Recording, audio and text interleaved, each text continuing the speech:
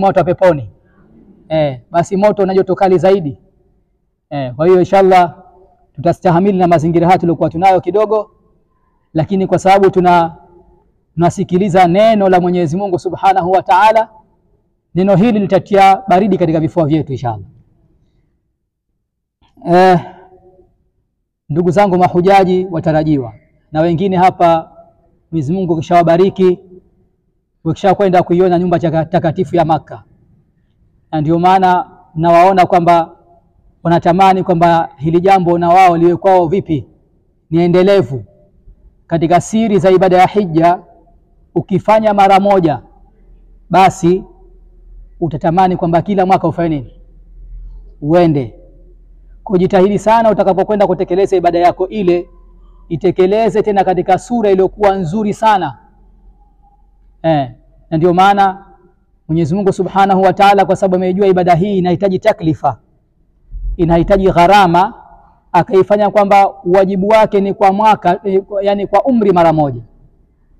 Ule wajibu ule manake fil umri maratan, wajibu ni katika umri wa binadamu ni mara moja tu, kwa sababu ni ibada ambayo inahitaji gharama, inahitaji maandalizi. Na utofauti wa ibada ya hija ndio unaona kwamba mtu hapa anaacha yake yote, kwa sababu anaithamini ile milioni yake 15, 16, 20, wengine wanatoa 25, wengine wanatoa 30.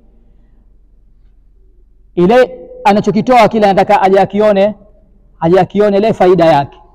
Kwa hiyo mtu anaacha mambo yake yote, anakuja na pinda goti, anaisoma hija.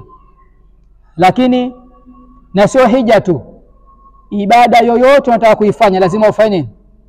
Lazima uisome. Ibada yoyote unataka kuifanya lazima uisome. Na ndio maana mshairi mmoja akasema katika wanazuoni, akasema wa kullu man bighairi ilmin ya'malu a'maluhu mardudatun la tuqbalu. Mtu yoyote yule ambaye anayefanya tendo la kiibada pasi na kufahamu anachokifanya, basi amali yake itakuwa yenye kurejeshwa, haitakubaliwi. Kwa ukiwa unasali, maana yake hakikisha kwamba sala unaijua. Ukiwa unafunga, hakikisha kwamba funga unafanya nini, unaijua. Kwa sababu unaweza ukasali halafu ikawa sala yako hiyo ikawa ni marduda, ni yenye kurejeshwa. Hujui nguzo ni ipi, hujui sunna ni ipi, hujui sharti ni ipi. Kwa lazima ibada uzitambue.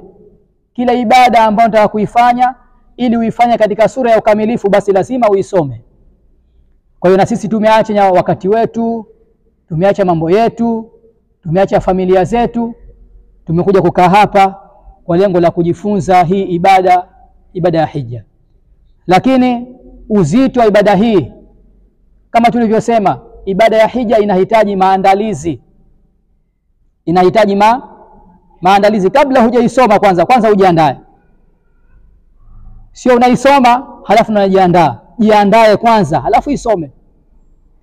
Na katika maandalizi tumesema kuna maandalizi ya dhahiri, maana yake wewe una pesa, lakini kuna maandalizi ya batin, maandalizi ambayo yanahusiana baina yako wewe na Mola wako Subhanahu wa Ta'ala.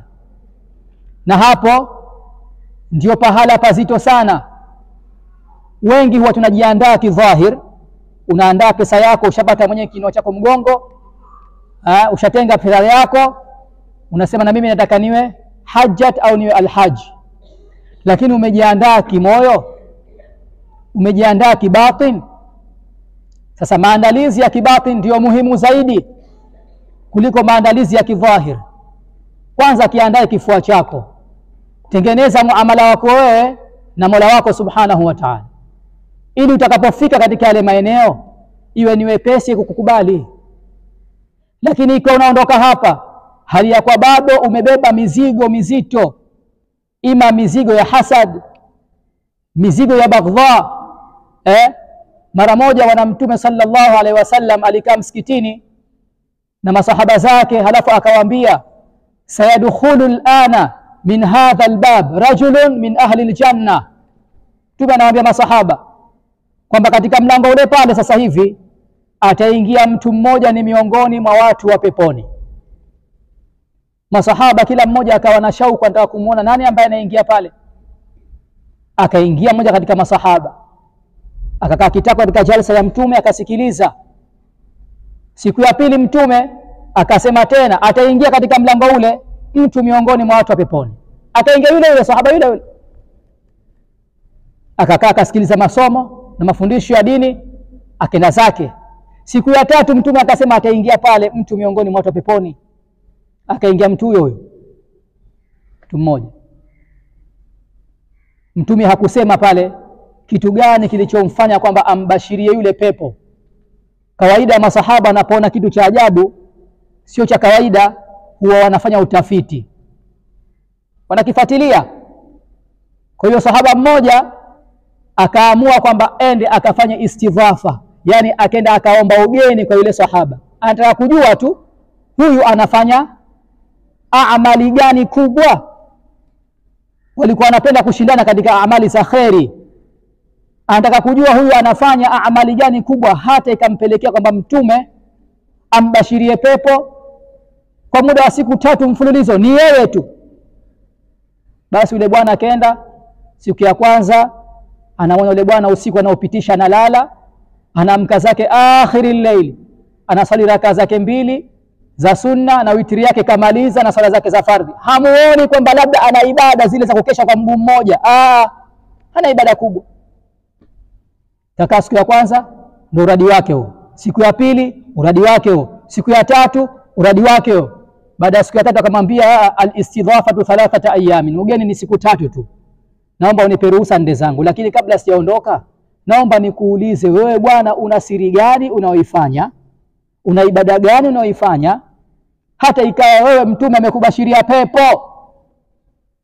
Yule bwana akamwambia mimi sina ibada naifanya, sina ibada yoyote zaidi ya hivi unavyoniona, ndio maisha yangu ya kawaida haya, sina jambo lolote ninalofanya. Akaambia hata haiwezekani, wewe una siri, yani una kitu wewe ambacho sisi sote hatuna.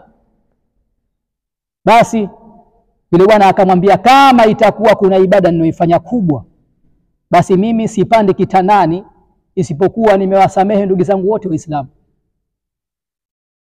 Ndugu zangu wote, nayemjua nisiyemjua, aliyenikosa watu wote mimi ninawasamehe. Ndio maana Mwenyezi Mungu akasema ndani ya Qur'ani, illa man atallaha biqalbin salim. Watakofanikiwa siku ya kiyama ni wale ambao wanaokwenda mbele ya Mola wao nyoyo zao zikiwa safi. Kwa hiyo inawezekana ikawa una amali ndogo tu, basi amali hiyo ndio ikawa inakuwekea wewe njia za kupata ridhaa za Mwenyezi Mungu Subhanahu wa Ta'ala. Na ndio maana mtume akasema kila mtu ajitahidi kwamba awe ana khabi'atu amalin.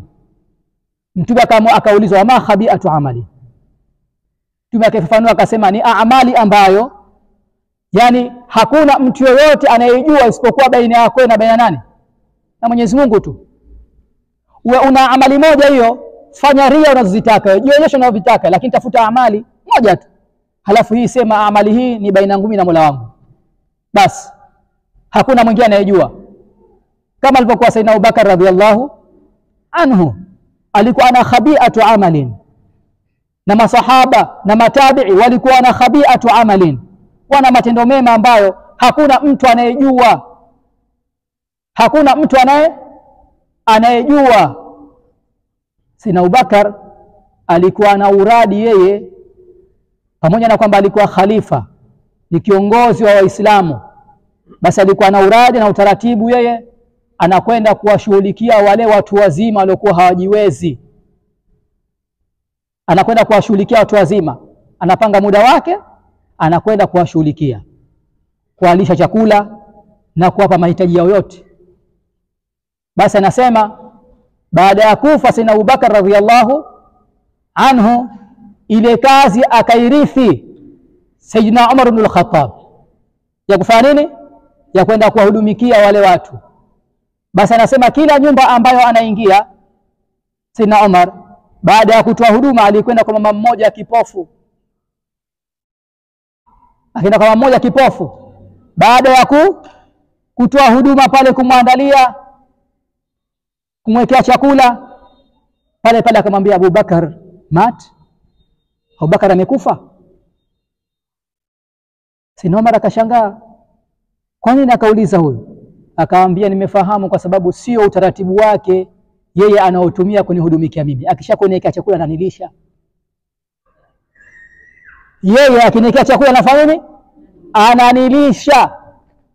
Wewe umekuja chakula umekiweka, umekiandaa, kwa nikajua kwamba Abubakar ashafanya chakufa. Mjukuu wa Sayyidina Hussein Ali Zainul Abidin, kisoma historia yake utaona kwamba alikuwa min kibari ulama, katika wanazuoni wakubwa. Yeye alikuwa kazi yake usiku anabeba magunia ya vyakula, anapeleka katika majumba ya watu ambao walikuwa hawajiwezi, anapeleka. Amali hiyo ilikuwa ni baina yake na baina ya Mwenyezi Mungu Subhanahu wa Ta'ala, haji mtu mwingine yote.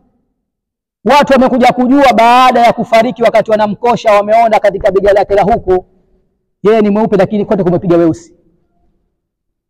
Kwa hiyo na wewe unao khabiatu amali, unayo amali ambayo itakuwa ndio sababu ya kukurubisha baina yako na Mola wako Subhanahu wa Ta'ala, mbali ya sala ambayo unasali, mbali ya funga ambazo unazofunga, mbali ya ibada nyingine zote unazozifanya. Je, una amali njema ambayo anayejua Mola wako tu Subhanahu wa Ta'ala? Kwa kila mmoja atafute, na wala usitafute labda ukajilazimisha lazima uwe una ibada kubwa. Inawezekana ikawa ibada ndogo tu, lakini ibada hiyo hiyo ndogo ndio ikawa sababu ya wewe kukunyanyua daraja. Kwa hiyo tunatakiwa tujiandae na hii ibada ya hija, tena maandalizi ya kikweli kweli, na unapojiandaa unakuja kuona athari yake. Hawa mnaona ndugu zetu ambao wamekwenda hija, athari yake inaendelea ile ibada, maana yake imejaa ile ibada, unaiisha sa ibada ya hija katika umri wako wote uliobakia. Ndio katika thamaratul haji, matunda ya hija, utaiishi ibada yako ya hija wewe katika umri wako wote uliobakia. Kwa maana wewe utakuwa min ahli salah, katika watu wema. Na hakuna mtu ambalo yupo katika hii dunia anayetaka afe isipokuwa kama anatafuta wema tu.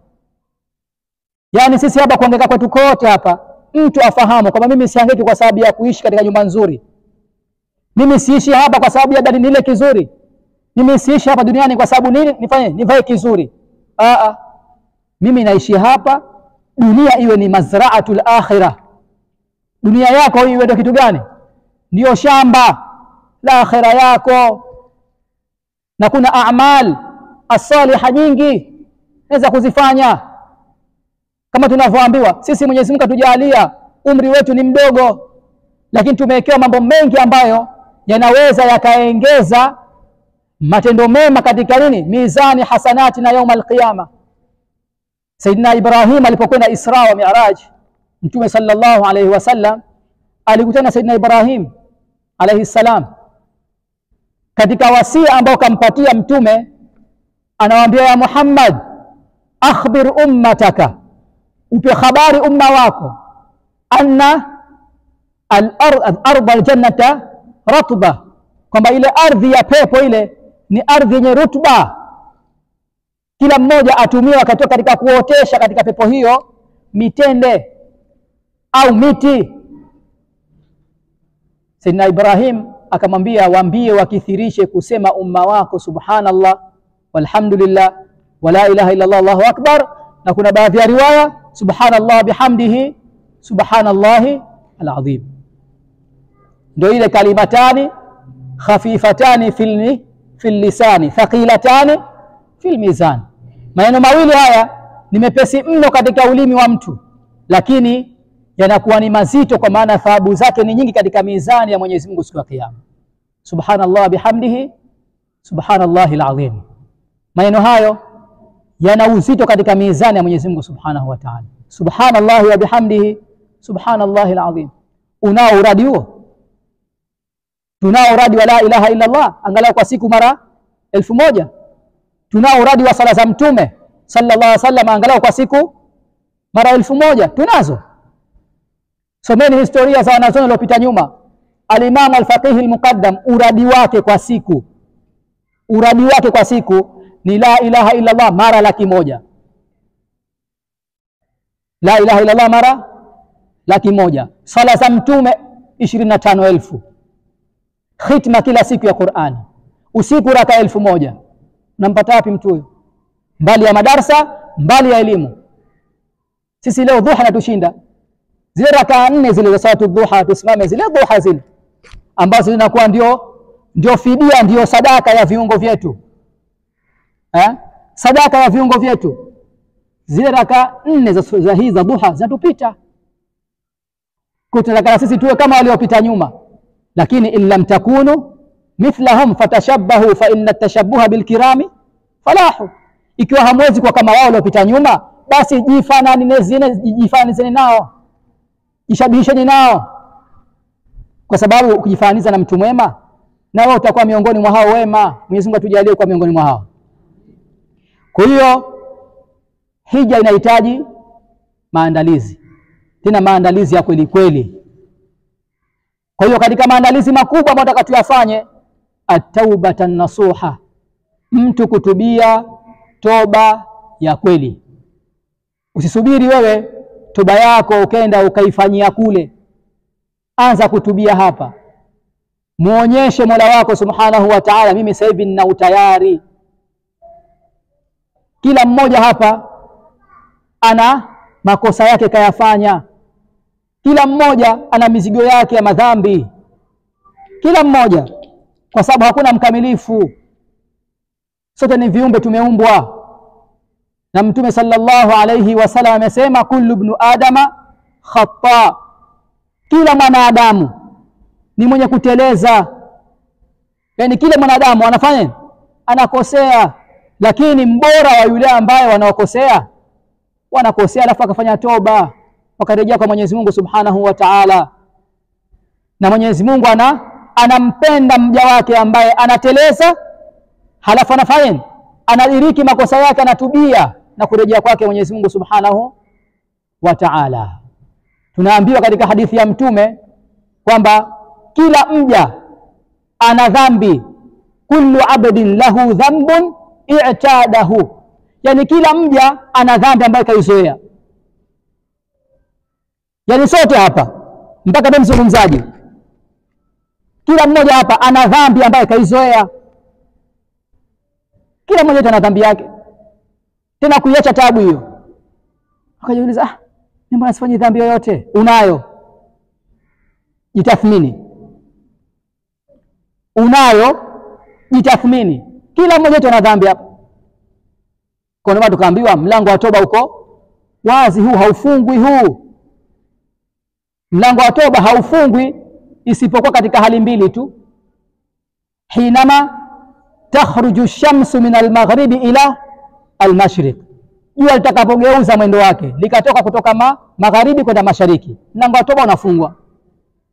Au inda al-gharghara, wakati mtu anafanya anatoka roho, malakul maut huyo, na wao ndio nasema qila rabbi irji'un, watasema ya rabbi turejeshe duniani, la'alli a'malu salihan fima taraktu, kalla.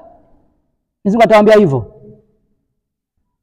Mtu akishakuona mauti sasa anamwambia Mola wake, ya rabbi nirejeshe, huenda kwamba nikafanya mazuri katika yale ambayo nimeacha kuyafanya. Ushaona eti pale unafunguliwa pazia unaona kila kitu. Unafunguliwa pazia unakiona kila kitu. Rabbi irji'un la'alli a'malu salihan fima taraktu, kalla innaha kalimatun huwa qailuha. Hayo ni maneno ya kawaida tumeyazoea, mtayasema tu. Mwenyezi Mungu anawaambia maneno ya kawaida tu, tushazoea. Sio wewe mwanzo kusema hayo.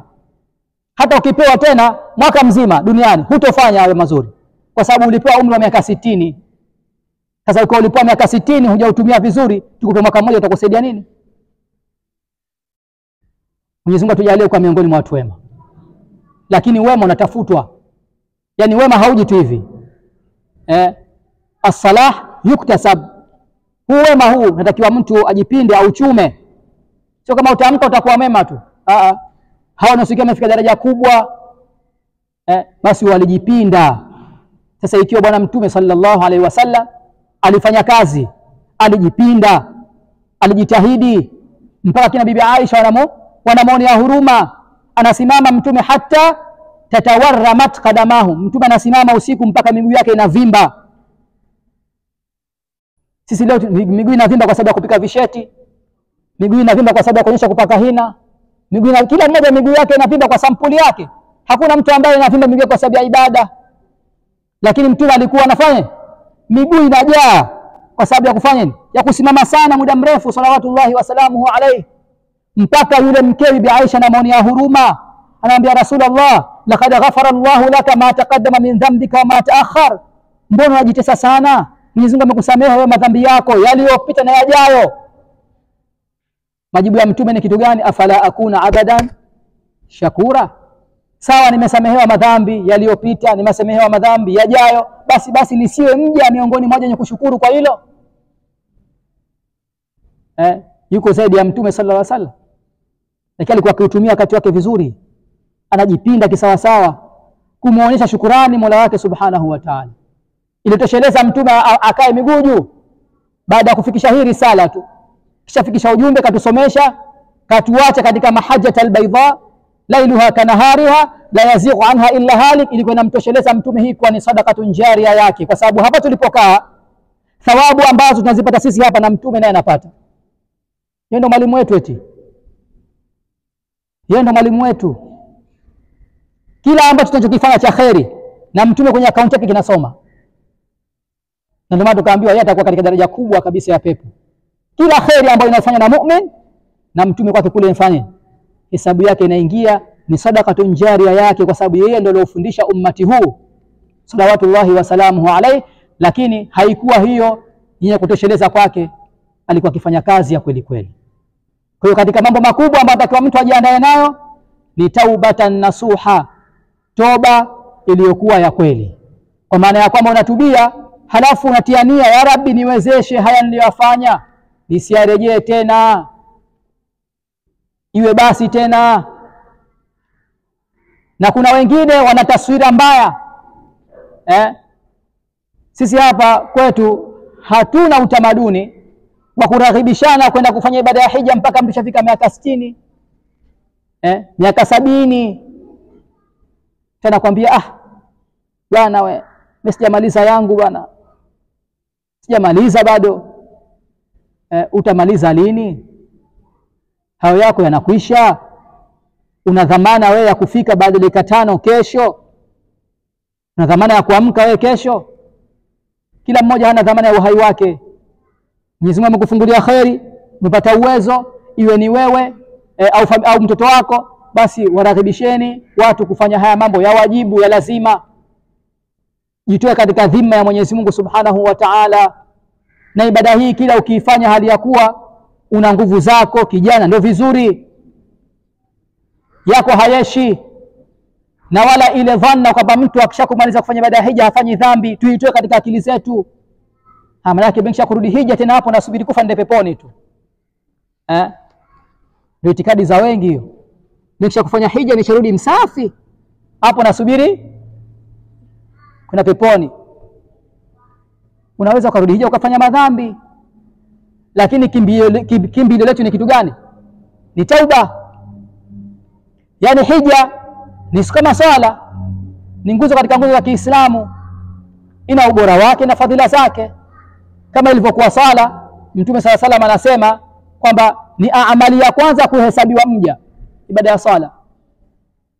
Ikiwa ibada ya swala imekaa vizuri, imekaa sawa sawa, Mwenyezi Mungu atakufanya tathmini na ibada nyingine. Ikiwa swala yako imekuwa tu ina magube hivi hajakaa sawa, na ibada nyingine zote Mwenyezi Mungu aziangalie, hazina faida. Lakini leo tunaswali lakini tunafanya madhambi, wala haoni shida. Anaichukulia swala ni nyepesi. Hasa wewe huoni kama swala ndio ibada nzito kuliko ibada zote? Kama ingelikuwa sio bora, Mwenyezi Mungu asingeweka kwa siku mara 5. Anakutaka kila siku ama lazima uporomoke chini ujidhihirishe wewe kwamba wewe ni mja. Kila siku wewe mara 5 eka kipaji chako katika ardhi. Ukubali i'tiraf kwamba mimi ndio Mola wako. Hasa swala tunazifanya ihmal. Lakini mtu akenda hija ndo anajiandaa kutokufanya makosa, wakati kumbe watakiwa wewe yale makosa uanze kuyaogopa kuanzia leo. tokea katika shababu kwa ujana wako, yaogope madhambi. Mwenyezi Mungu amekupa taufiki ya kwenda kufanya ibada ya hija, utakwenda kupata taufiki. Kwa hiyo hija ni kama ibada nyingine. Pale ambapo Mwenyezi Mungu akupa uwezo, kimbilia kuitekeleza. Ukifanya ihmal, uwezo unao na hujenda, utaingia katika hadithi ya Bwana Mtume sallallahu alaihi wasallam.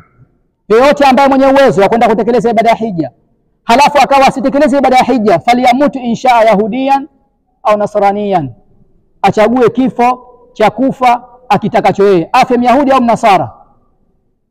Hasa leo wangapi wana uwezo wa kutekeleza ibada ya hija hawendi? Wangapi? Tunaishi nao humu, lakini mtu ukimwambia atakwambia mali yangu mimi na tatizo, mali yangu kama haiko sawa. Hasa kama haiko sawa, hiyo unakula kwa kupitia hiyo unavisha watoto na mkeo, hiyo unafanya mambo mengine. Mali yako ina dosari hiyo. Kufanya ibada ya hija ina dosari, kuitolea zaka ina dosari, lakini wewe kula unafanya, unakula kupitia hiyo. Na Mtume sallallahu alaihi wasallam amesema katika hadithi yake kwamba mtu kutia tonge ya haramu katika mwili wake, fi jawfihi, ndani ya tumbo lake, basi annaru aula bi, bora achukue ale makaa ya moto kuliko kutia tonge moja tu ya haramu, kwa sababu ile tonge moja ya haramu unayokula inaathiri mpaka katika vizazi vyako. Ndio maana tunazaa watoto halafu unajishangaa, huyu mtoto kamrithi nani? Hivi vituko alikuwa navyo karithi kwa nani? Akitazama baba hana tabia hizo, mama hana tabia hizo, mjomba hana, bibi hana. Ni dhambi, ni haramu ambayo umekula. Wala usihangaishe kutafuta mtu aliyokuroga. Unakula cha haramu, unavaa cha haramu, unaishi pa haramu. Na maana kwa mambo yetu mengi hayaendi, hatutakabaliwi kwa sababu tuna dhambi ambazo tunadumu nazo. Kwa jambo la kwanza, mtu atubie taubatan an-nasuha, tubia toba ya kweli, mlilie Mola wako subhanahu wa ta'ala, ya Rabbi, mimi nimefanya mengi lakini mimi ni mja dhalil, na umechukua ahadi kwamba unawasamehe waja wako kwa wale madhambi wanayofanya. Kul ya ibadi alladhina asrafu ala anfusihim la taqnatu min rahmatillah inna Allaha yaghfiru dhunuba jami'a. Juzi kama wiki moja nilikuwa nazungumza na mtu mmoja, dada mmoja, msichana mdogo tu hivi, anaambia ustadhi, mimi dhambi ambazo nimezifanya mimi hasa mtu wa motoni. Mimi dhambi ambazo nimezifanya mimi ni mtu wa motoni. Sasa ikiwa tayari wewe unataswiria, utaacha kufanya dhambi? Uache, kwa sababu tayari ushajihukumu kwamba ni mtu wapi? Ni mtu wa motoni. Mimi dhambi, mimi nikamuuliza swali langu moja tu, ushawahi kujita Mungu wewe? Ushawahi kujita Mungu kama alivyofanya Firaun, ana rabbukumul a'la? Anasema sijawahi. Sasa nikamwambia tena kitu gani?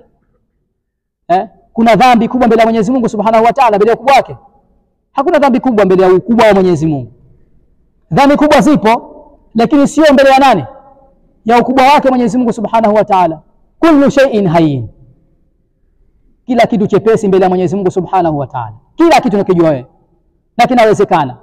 Ndio yule almar'atul ghamidiyya ambaye alifanya uzinifu hali ya kuwa ameolewa, akaenda kwa Bwana Mtume sallallahu alaihi wasallam, ya Rasulullah, inni zanaitu. Anaambia Rasulullah, mimi nimezini. Mtume akamwambia, la'allaka qabbalti au basharti, inawezekana ikawa kuzini wewe, pengine umefanya zile mambo ya matamanio tu, haya hujazini wewe. Mtume anataka kumtoa, lakini yule mama akaondoka. Siku ya pili akaja kwa Mtume akamwambia, Rasulullah, mimi nimezini. Mtume akamrejesha tena. Siku ya tatu akarudi tena mwanamke, mimi nimezini. Anakiri, nataka unipe adhabu ili nikienda nikikutana na Mola wangu niwe safi. Bora maumivu ya hapa duniani kuliko maumivu ya kudumu ya akhera. Mimi adhabu za Mwenyezi Mungu siziwezi, nataka unisafishe ya Rasulullah. Akamwambia, je, una ujauzito? Ndio, na ujauzito. Akamwambia, nenda kwanza kalee mimba yako. Mama akatoka kenda kalia mimba yake mpaka ajifungua. Baada ya kujifungua kaja na mtoto wake, ya Rasulullah, nimekuja nataka unitoharishe, unitakase. Akamwambia nenda kanyonyeshe kwa muda wa miaka 2. Mama karudi kenda kanyonyesha mtoto wake kwa muda wa miaka 2. Baada ya miaka 2 karudi, ya Rasulullah, mtoto wangu huyu hapa ameshamnyonyesha miaka 2. Mtume akamwambia sasa tutakutoharisha, tutakutakasa. Akaamrisha maswahaba, ndio mama akafanya, akapigwa mawe. Ndio hadi, si ndio jamaa? Hadi ya mzinifu ambaye ndani ya ndoa apigwe mawe mpaka afe. Ndio utakaso wake huo. Kwa yule mama akapigwa mawe. Masahaba waliokuwa pale kina Saidna Umar wakubwa, wakati anapigwa mawe zilikuwa damu wengine zinawarukia, wakaonyesha katika nyuso zao kuchukiza ile damu ya mtu kama yule kwamba ni mwanamke mchafu. Mtume alipoona ile mandhari pale akawaambia lau kama toba yake huyu ingegaiwa kwa watu wa Maka wote, basi ingewatosheleza. Kwa maana kwamba katubia toba ile kwa ya kweli. Lau kama toba yake huyu wangepewa watu wa Maka wote kwa madhambi waliyofanya hayo, basi ingewatosheleza wote kuingia katika pepo. Kwa hiyo usione kwamba dhambi yako kubwa kiasi ambacho kwamba hutosamehewa makosa yako. Hakuna dhambi nzito mbele ya Mwenyezi Mungu Subhanahu wa Ta'ala. Kul ya ibadi alladhina asrafu. Mwenyezi Mungu ametumia neno asrafu. Hakutumia neno la kawaida, akatumia neno asrafu. Anaambia mtume waambie wale ambao wamevuka mipaka katika kufanya madhambi. Yaani umefanya madhambi mpaka asrafu. Zile dhambi kwa israfu.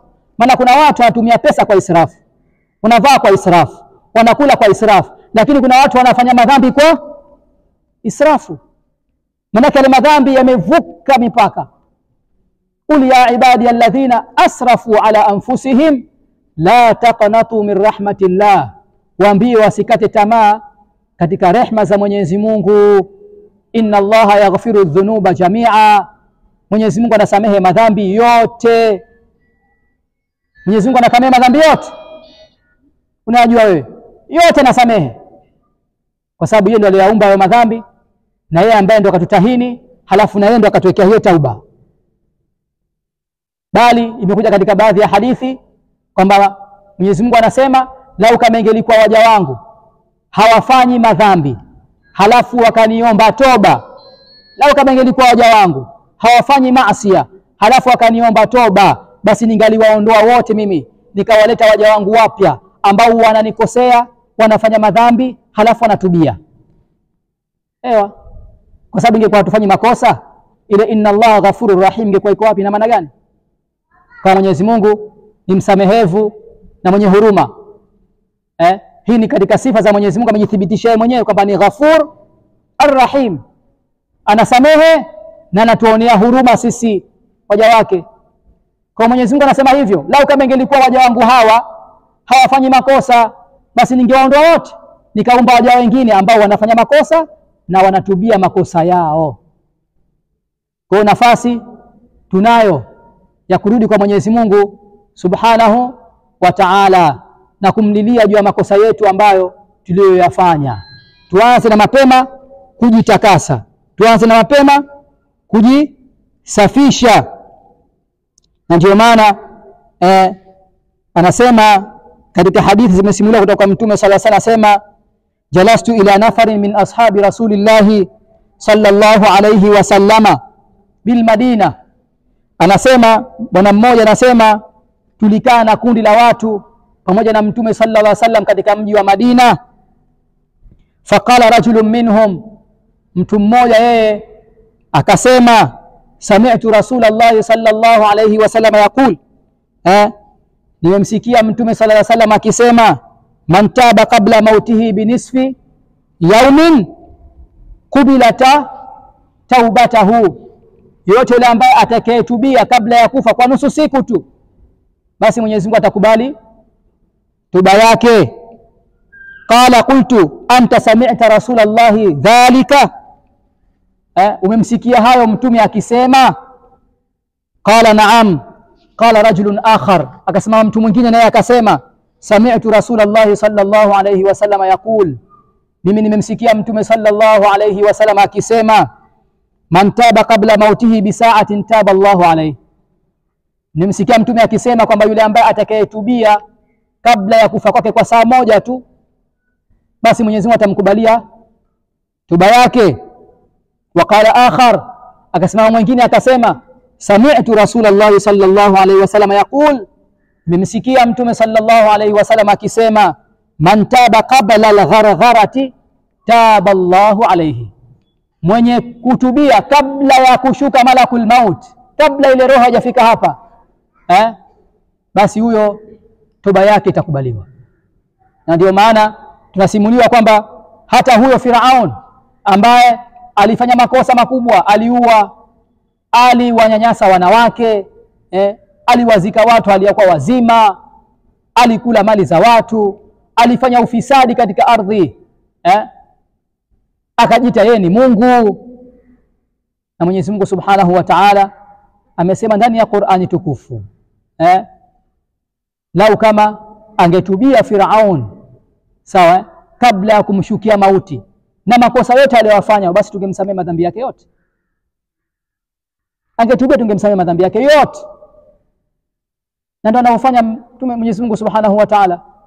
Wangapi wanakuwa katika ukafiri, wanafanya madhambi ya kufanya. Saidina Umar anasema, mimi kuna mambo nikikaa nikikumbuka nalia, na kuna mambo nikikaa nikikumbuka ninacheka. Masahaba akamuuliza, ni jambo gani ambalo ukilikumbuka wewe huwa unalia, na lipi ambalo kwa ukilikumbuka unacheka? Wakati wa kijahilia, ni sahaba mkubwa ridwanullahi ta'ala alayhi, anasema, nilimchukua mtoto wangu wa kike mdogo hali ya kuwa mzima, nikamchimbulia shimo, nikalichimbua shimo, yule mtoto wangu mchanga aniingia katika ndevu, katika nywele, anipangusa, mtoto anipangusa, nikamchukua mtoto wangu nikamzika hali ya kuwa mzima. Najua wakati wa kijahilia, si ndio, wanawake walikuwa hawana thamani, walikuwa waonekana kwamba ni watu ambao wanaingiza mizigo katika familia, hawana faida. Walikuwa wanawazika watoto wao hali ya kuwa wahai, hali ya kuwa wahai. Bi ayi dhanbin qutilat, ndio hiyo, bi ayi dhanbin qutilat. Hawa watoto hawa wameuliwa kwa dhambi gani? Wana makosa gani? Kwa anasema, dhambi hii niliyoifanya, kila nikikumbuka mimi nalia tu, kila nikikaa nikumbuka jinsi yule mtoto wangu alivyokuwa kinionyesha mapenzi, kwa sababu ya ujinga waliokuwa nao Makuraishi. Lakini jambo ambalo kwa likimfurahisha Saidina Umar, anasema, mimi nilikuwa na Mungu wangu atende. Mungu ule katengeza kwa tende ule. Anasema, nakaa wewe nikiwa na njaa nakata mkono na kula. Sasa jamani, Mungu gani huyo? Anasema, dhambi hii kile nikikumbuka mimi huwa ninacheka. Sema kweli kama nilikuwa katika ujinga.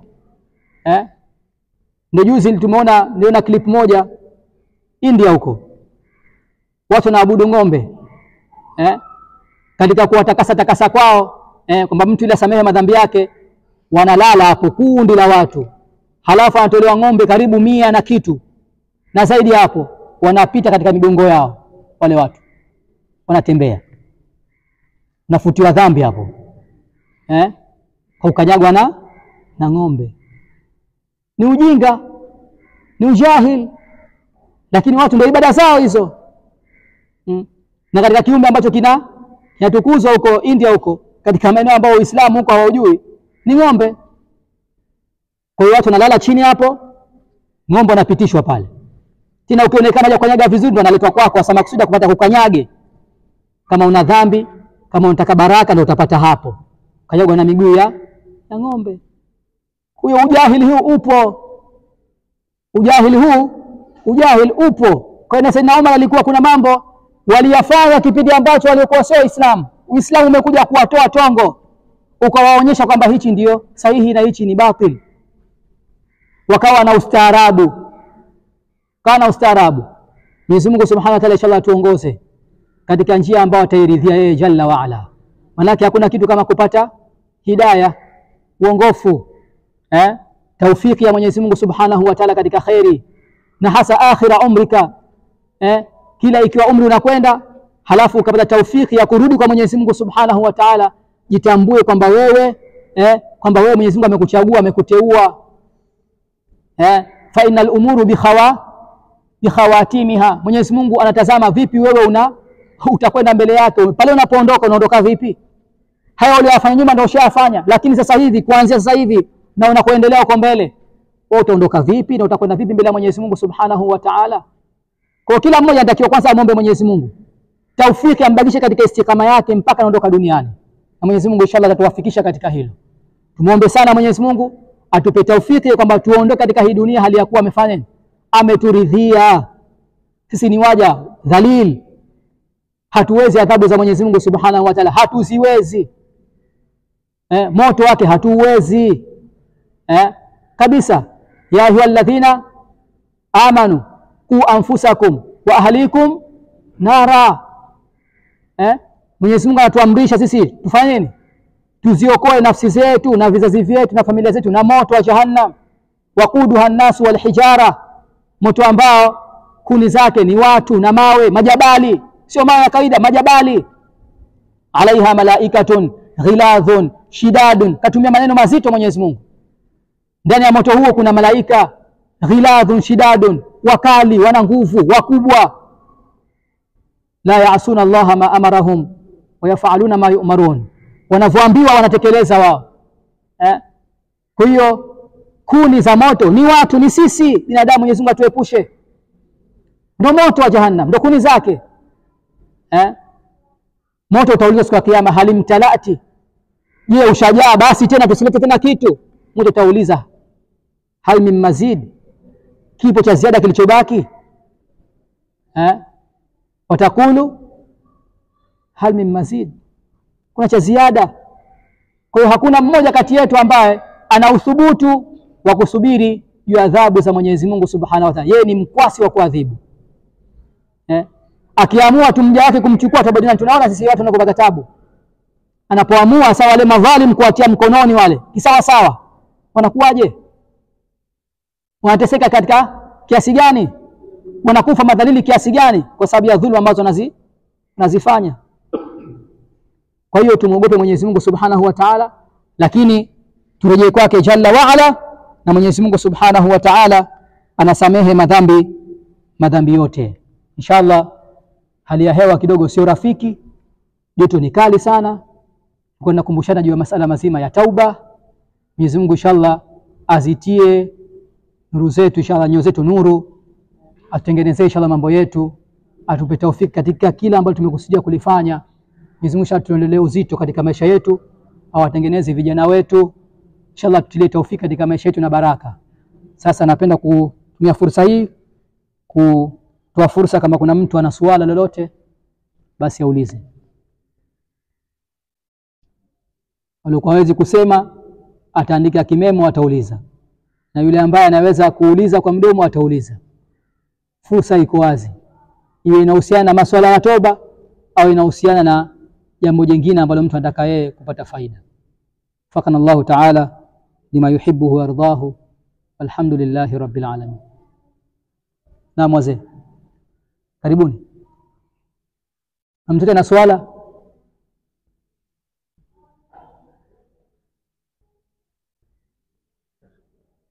Naam, tafadhali. Wa alaykum assalam. Mimi naanza kidogo katika hivi vitu viwili baina ya hija na umra. Ikiwa labda kama sisi wafanya kazi tuna nafasi ya kudunduliza au kuwekeza kidogo pesa. Sasa ile pesa imefika kiwango cha kwenda umra, ingawa mwenyewe na nia kwenda hija. Sasa je, pale itakuwa vizuri kwenda umra